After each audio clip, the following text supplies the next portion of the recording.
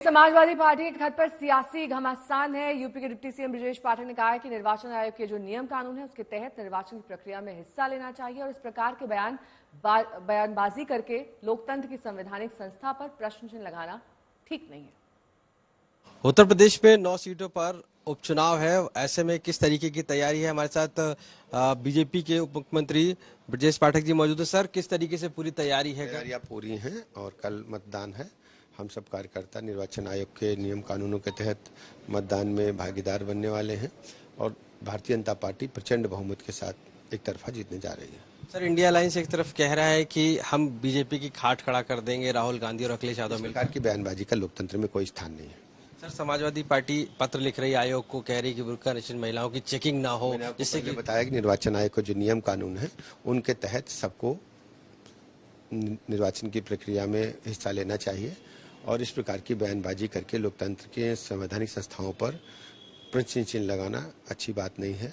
Samajwadi party, Congress लगातार इस प्रकार के कुकृत्यों को करती रही है। पार्टी को डर लगता है कि कहीं वोट ट्रांसफर ना हो जाए बीजेपी। भारतीय जनता पार्टी नियम कानून के तहत ही, निर्वाचन आयोग के जो नियम कानून है उसके तहत मतदान में अपने कार्यकर्ताओं को साथ लेकर के जनता के आशीर्वाद से भागीदार। बीजेपी चुनावी संहिता का हवाला दे रही है तो कांग्रेस और समाजवादी पार्टी के नेताओं का कहना है कि यूपी पुलिस का ट्रैक रिकॉर्ड ही ऐसा है कि इस तरह का खत लिखने की जरूरत पड़ गई। ये जरूर चाहूंगा चुनाव निष्पक्ष हो।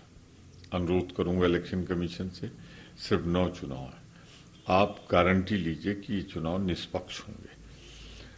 समाजवादी पार्टी के तरफ से ये आशंका भी व्यक्त की गई है कि पर्दा नशीन महिलाओं के साथ उनके मतदान में किसी तरह की रुकावट ना हो। तो इलेक्शन कमीशन को ये सुनिश्चित करना चाहिए कि चाहे वो पिछड़े वर्ग की महिलाएं, चाहे अल्पसंख्यक समुदाय की हों, चाहे वो अनुसूचित जात के हों, वो अपना मतदान ज्यादा से ज्यादा कर सके। केवल मुस्लिम बहुल ही क्षेत्रों में नहीं, उन क्षेत्रों में जहां समाजवादी पार्टी के समर्थक वाला वोट था, लोकसभा चुनाव में प्रशासन ने मनमानी करने का काम किया। चुनाव आयोग को उस बारे में अवगत कराया गया था। समाजवादी पार्टी चाहती कि निष्पक्ष चुनाव हो, किसी भी मतदाताओं को डराया ना जाए, उनकी पहचान के नाम पे उनका उत्पीड़न ना किया जाए।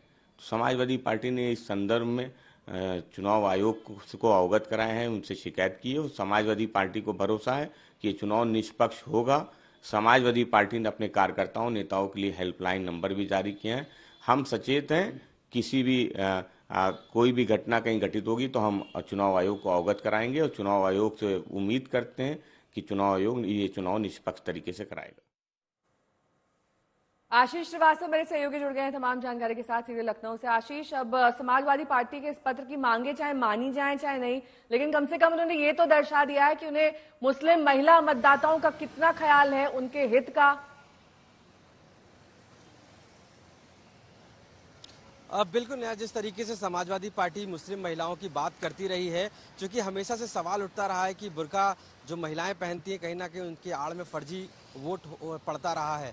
लेकिन इस बार चूंकि 9 सीटों पर चुनाव है, उपचुनाव है, और ऐसे में कहीं ना कहीं जो पश्चिमी उत्तर प्रदेश की सीटें हैं वो मुस्लिम बाहुल्य भी हैं। माना जाता है कि समाजवादी पार्टी का वोट बैंक ज्यादा से ज्यादा वहां पर पड़ेगा। लेकिन अगर इस दौरान चेकिंग की जाती है और मुस्लिम महिलाओं को वोट देने से रोक दिया जाता है तो इसका सीधा असर समाजवादी पार्टी पर पड़ेगा और ये समाजवादी पार्टी नहीं चाहती है। इसी के लिए एक तरीके से आयोग को पूरा पत्र लिख दिया गया है कि आखिर उन महिलाओं को जो वोट डालने जाती हैं उनकी चेकिंग पुलिसकर्मी ना करें, ना ही उनका आधार कार्ड चेक करें और ऐसे में उनको जाने दिया जाए जो बुर्का पहनकर आ रही हैं। तो साफ तौर से समाजवादी पार्टी ये जान रही है, चाहे वो मीरापुर की सीट की बात हो, खैर की हो या कुंदरकी की बात हो, जहां पर भी मुस्लिम बाहुल्य हैं वहां पर अगर महिलाएं ज्यादा से ज्यादा जाती हैं तो सीधा फायदा जी समाजवादी पार्टी को होगा। और यही वजह है कि इस बार अब पत्र लिखकर इस पूरी राजनीति को कहीं ना कहीं गरमा दिया है समाजवादी पार्टी। ठीक है, आप नजर बनाए रखिए।